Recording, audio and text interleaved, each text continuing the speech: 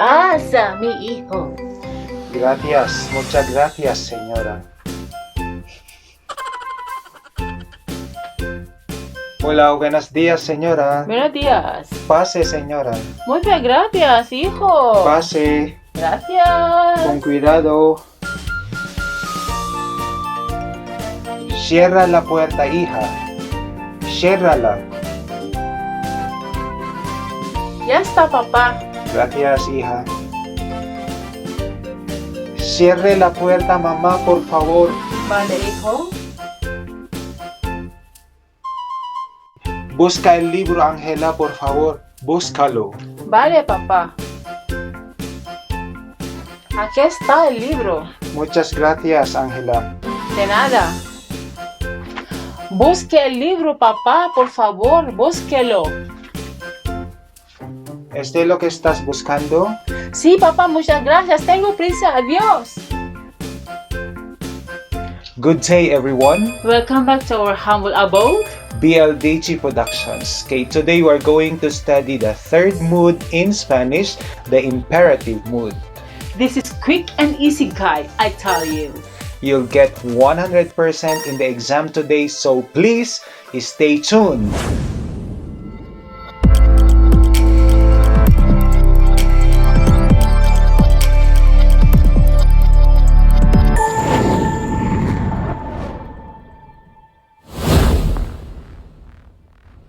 The imperative mood in Spanish is used to tell someone or ask someone to do something. So, sentences in the imperative mood are commands. Okay, so there are different types of commands in Spanish, including tú commands, vosotros commands, usted commands, ustedes commands, nosotros commands, and infinitive commands. So we are going to study all these types of commands, okay, or imperatives in our lesson for today. The imperative mode in Spanish is used to give recommendation. Compremos unas medicinas. Imperative mode in Spanish is used to give orders and commands. Escribid. Llévanos al mercado. Imperative mood in Spanish is used to give advice. Si tienes hambre, compra un bocadillo. It also requests for something. Dime la dirección, por favor. An imperative mood may be accompanied with the word please or por favor in Spanish to show respect or courtesy to whom we are asking for.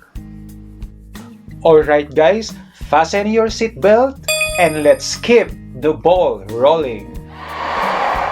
Alright guys, so before we are going to study the different types of commands in Spanish, let us try to conjugate, okay, how we conjugate the verbs in the imperative mood. So in the imperative mood in Spanish, okay, we have this affirmative and negative commands. Okay, so there are different types or ways on how we conjugate affirmative and negative commands in Spanish. Okay, let's try an AR ending verb. For example, amar. Amar is a verb which means to love.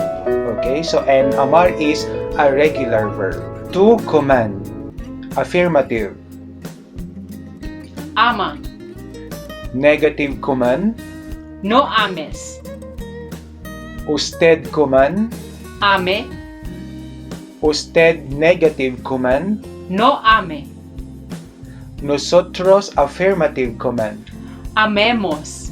Nosotros negative command. No amemos. Vosotros affirmative. Amad. Vosotros negative. No améis. Ustedes affirmative. Amen. Ustedes negative. No amen. Let's also have an ER ending verb, but this time it is an irregular verb. Okay, hacer. So hacer means to make or to do. Okay, to. Af. To negative. No aga. Usted affirmative. Aga. Usted negative. No haga. Nosotros affirmative. Hagamos. Nosotros negative. No hagamos. Vosotros affirmative.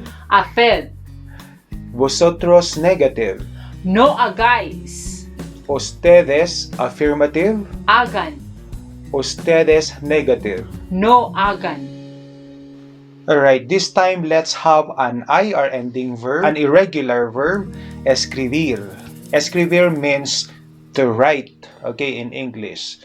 To affirmative. Escribe. To negative. No escribas. Usted affirmative. Escriba. Usted negative. No escriba. Nosotros affirmative. Escribamos. Nosotros negative. No escribamos. Vosotros affirmative. Escribid. Vosotros negative. No escribáis. Ustedes affirmative. Escriban. Ustedes negative. No escriban. Alright guys, so we are going to discuss one by one, okay, these different types of commands, okay, in Spanish, okay, when to use each of these commands. Let's take the first one, affirmative informal, or this is what we call the informal to commands. Okay, so if you remember in our previous lessons, to means you, okay, the person whom we are talking with. So this informal command, informal to command, is used when we are talking to someone younger than us or at the same age, okay, or level. So we are going to use the affirmative informal commands or simply the informal to commands. Let's take this sentence. Talk to Indailen ng Italy. Habla con Indailen ng Italy. Habla. So it means that you are going to talk to that person. We use the to command habla. Buy medicines para Formentera Nelia. Compra medicinas para Formentera Nelia. Okay. The informal command or to command is compra. Okay, from the word comprar, which means to buy. So we are going to remove the letter R, the ending, okay, the last letter R, and the imperative is compra. Okay, so you are requesting or asking someone to buy a certain thing for this particular person. Compra medicinas para Formentera Nelia. Now, how do we form regular affirmative to commands? Okay, so simply use the third person singular of the present indicative to form an affirmative to command. Okay, so example, buy, Comprar. buy 1 kilo of meat. Compra 1 kilo de carne. Study, Estudiar. study your lessons well. Estudia tus materias bien. Learn, Aprender. learn to speak Spanish. Aprende a hablar español. Write, Escribir. Escribe una historia sobre las flores. alright, so let's form commands with verbs, okay, with stem or spelling changes. Okay, the verb cerrar. Okay, cerrar means to close. Close the door. Cierra la puerta. Mover. Okay, mover means to move. Move those chairs. Mueve esas sillas. Incluir. Incluir means include. Include your information here. Incluye tus datos aquí. Alright, so we are going to form also the imperative of irregular verbs. Okay, for example, tell or say, decir. Di.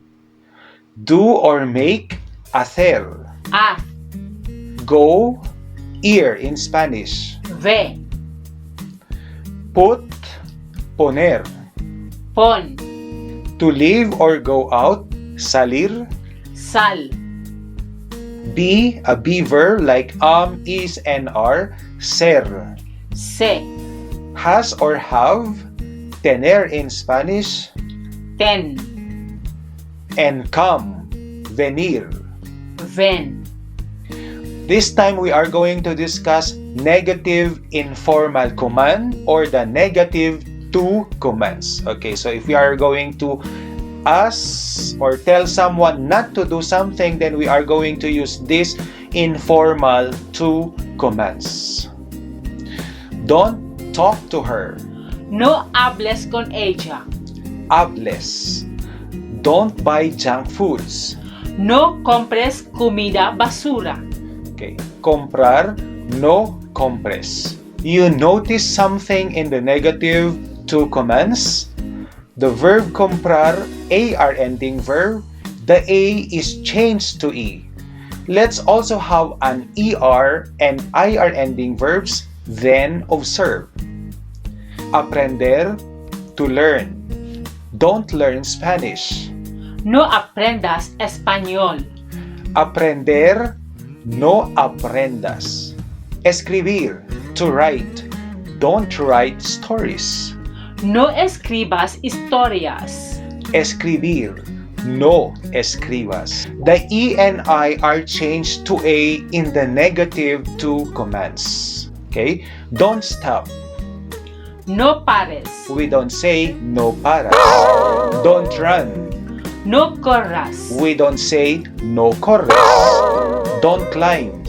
No subas. We don't say no subes. No subas. In short, we use the present subjunctive mood, second person singular, to show the negative informal to commands. Okay, let's try to conjugate negative informal commands of the irregular verbs. Okay, tell or say decir, digas. No digas. Do or make, hacer, hagas. No hagas. Go, that is ir, vayas. No vayas. Put, okay, poner in Spanish, pongas. No pongas. Okay, leave or go out, salir, salgas. No salgas. Be or ser in Spanish, seas. No seas. Has or have, and that is tener in Spanish, tengas. No tengas. And come or venir, vengas. No vengas. Let's have the next type of command. Okay, that is the formal affirmative command, or simply say the usted command. These formal affirmative commands or the usted commands, okay, are often used when addressing a person you don't know well. Okay, a person older than you, or a person to whom you want to show respect, like your parents, your boss, okay, your teacher, or someone older than you. Examples: open the door. Abra la puerta. Abrir. Abra. Buy medicines now. Compre medicinas ahora. Comprar. Compré. Okay, so the affirmative command is compre, por comprar, when we are referring to usted. Eat healthy foods every day. Coma comidas sanas cada día. Comer. Coma. What about the ustedes form? So it means that we are talking to many persons or older persons. Okay, the plural form. Open the door. Abran la puerta. Abrir. Abran. Buy medicines now. Compren medicinas ahora. Comprar. Compren. Eat healthy foods every day. Coman comidas sanas cada día. Comer. Coman. Let's try to conjugate formal affirmative commands or the usted commands. Okay, decir. Diga. Hacer. Haga. Ir. Vaya. Poner. Ponga. Salir. Salga. Ser. Sea. Tener. Tenga. Venir. Venga. Diga, haga, vaya, ponga, salga, sea, tenga, and venga are irregular verbs, okay? And these are ways on how to show our usted command. Let's also have these formal negative commands, okay, for usted or ustedes. Don't open the door. No abra la puerta. Abrir. No abra. Don't buy medicines now. No compre medicinas ahora. Comprar. No compre. Don't eat junk food. No coma comida basura. Comer. No coma. What about the ustedes form, the plural formal negative commands? Don't open the door. No abran la puerta. Abrir. No abran. Don't buy medicines now. No compren medicinas ahora. Comprar. No compren. Don't eat junk food. No coman comida basura. Comer. No coman.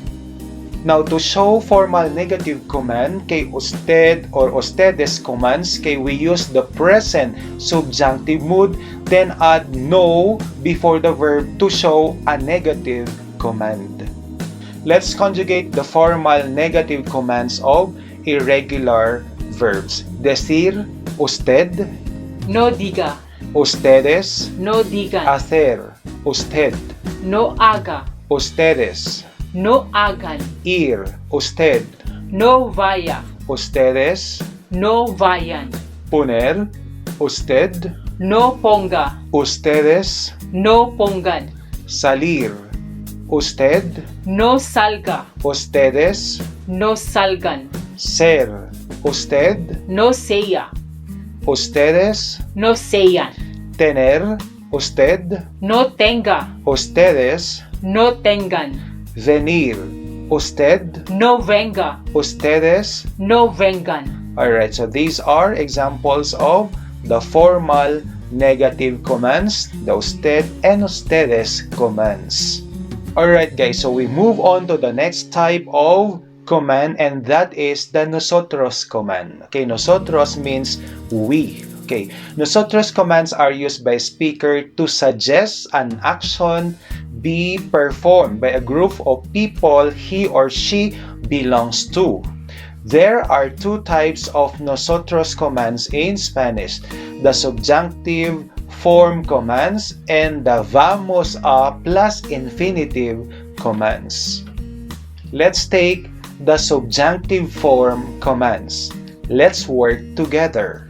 Trabajemos juntos. For the indicative, we simply say trabajamos. But if it is used as a command, trabajamos becomes trabajemos. Okay, that is the nosotros command. Let's eat at 1:30 p.m.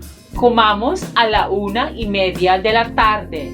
The present indicative is comemos, okay, but if it is used as an imperative, it's comamos. Let's have some more. Recibir. Recibamos. Enviar. Enviemos. Aprender. Aprendamos. Alright, so let's take the negative nosotros commands. Okay, to form negative nosotros commands, okay, you simply put no or another negative word, okay, in front of the affirmative nosotros command. Examples: let's not walk. No caminemos. Let's not leave. No salgamos.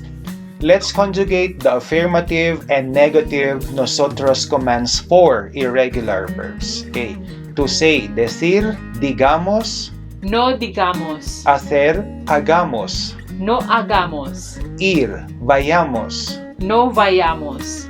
Poner, pongamos. No pongamos. Salir, salgamos. No salgamos. Ser, seamos. No seamos. Tener, tengamos. No tengamos. Venir, vengamos. No vengamos. Let's take another type of nosotros command, the vamos a plus infinitive. To make this common command form, you simply use the phrase vamos a plus any infinitive verb. Example: let's go to the mountain. Vamos a ir a la montaña. Vamos a ir. Let's go for a walk. Vamos a caminar. Let's have the next type of command, vosotros commands. Okay, so these are used when addressing to a group of people. So this is the second person plural of you. Alright, so let's take the affirmative and the negative vosotros commands. Okay, for example, to talk or to speak, hablar. Hablad. Negative. No habléis. Can you see the difference? Okay, when it is the affirmative command for vosotros, hablad, and the negative is habléis. habléis. No No habléis. Aprender, which means to learn, The affirmative vosotros coman. Aprended. The negative coman. No aprendáis. Alright, what about the word escribir? The affirmative vosotros coman. Escribid. And the negative form? No escribáis. Alright, so in the affirmative, simply remove the R. In the infinitive, then add D. For negative vosotros commands, use the present subjunctive mood, then simply add no before the vosotros commands. So just like habléis, no habléis. Aprendáis, no aprendáis. And escribáis, no escribáis. Let's try to conjugate the affirmative and negative vosotros commands of irregular verbs. Decir, affirmative. Decid. Negative. No digáis. Hacer, affirmative. Hacer. Negative. No hagáis. Ir, affirmative. Id. Negative. No vayáis. Poner, affirmative. Poned. Negative. No pongáis. Salir, affirmative. Salid. Negative. No salgáis. Ser, affirmative. Sed. Negative. No seáis. Tener, affirmative. Tened. Negative. No tengáis. Venir, affirmative. Venid. And the negative. No vengáis. Alright, so we move on to the next type of commands, the que commands. Let him in. Que entre. Have them tell me. Que me digan. Have a good day. Que tenga un buen día.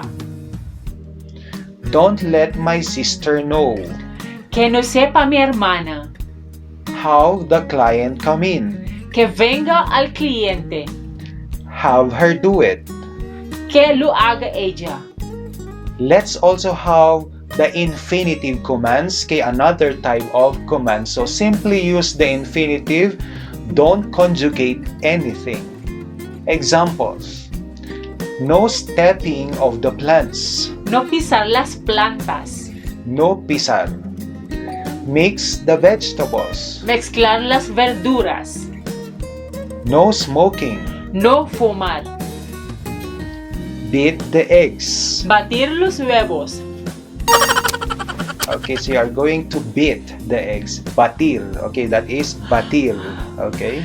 We also have these alternative forms. Okay, so these are very easy imperative commands. Okay, let's also have some examples of these alternative forms. Okay, a plus infinitive. Acallar. Okay, so that means you are asking someone to shut up, okay, or to stop talking. Acallar. Next. A correr. Okay, so that means you are inviting your friends, okay, to run, okay, to start running, okay, or to move fast. A correr.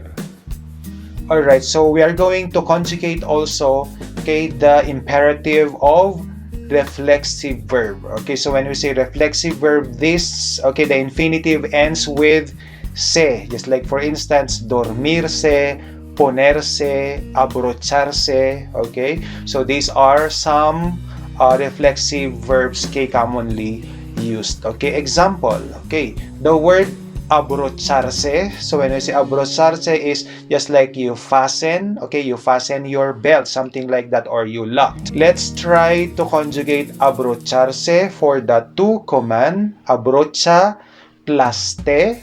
Abróchate. Okay, that is the affirmative form. Okay, affirmative to command. What about the negative form?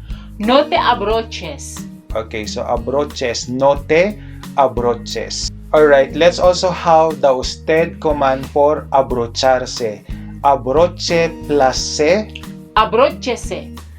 The negative form, usted form. No se abroche. Let's also have the nosotros command for abrocharse. Okay, abrochemos plus nos. Abrochémonos. The negative form. No nos abrochemos. Okay. What about for the vosotros command? Abrocharse abrochad plus os, abrochaos. and the negative form, Nos abrochays. the ustedes command. Okay, for abrocharse, we have abrochen plus se, Abrochense. and the negative form. No se abrochen. Okay, so this is somewhat difficult, but guys, okay, we simply add or use these words te, se, nos, os, and se to be able to form the affirmative and the negative imperative of reflexive verbs. Alright, so let's take the last part of this lesson, okay, the imperative plus direct and indirect object. Okay, let's take for instance, okay, cerrar la ventana. Sherrala. Okay, so cierrala. So la, okay, takes the place of ventana, which is the direct object. Okay, comprar un helado a ella. Comprale un helado. Okay, comprale un helado. Le represents there ella, the girl. Okay, comprar un helado a ella. Compráselo. Okay, we can also say compráselo. It means that you are going to buy, okay, an ice cream for the lady, okay, for the girl. Okay, compráselo. Se represents the girl and lo represents the ice cream. So we say compráselo. Okay, let's have the negative form. Do not close the door. No la cierres. Do not buy her an ice cream. No le compres un helado. Abrocharse el cinturón. Abrochártelo. Let's have the negative. No te la abroches. Alright guys, so this ends our lessons on the imperative mode. So we do hope that, okay, you will be able to use these imperatives or commands correctly. Okay, that's all for today. Thank you for staying with us. Thank you so much and see you once again in our next lesson. Adios, Adios, hasta hasta luego, luego, ciao.